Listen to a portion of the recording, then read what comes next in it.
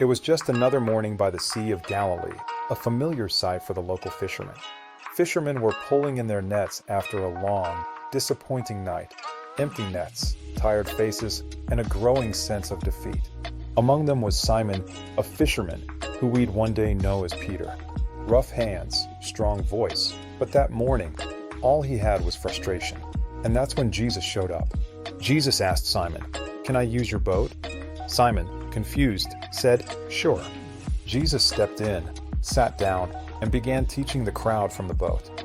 When he finished, Jesus turned to Simon and said, "Go out deeper and let down your nets for a catch." Simon sighed. He'd been at it all night with nothing. He knew the waters, and this seemed futile. But something in Jesus' tone felt different and compelling. So he said, "Because you say so, I will." And then it happened. The nets came alive. Fish, hundreds of them, flashing silver in the water. So many that the nets began to tear, threatening to spill the miraculous bounty back into the sea. Simon called for help from James and John, and both vessels filled, nearly sinking from the weight of blessing.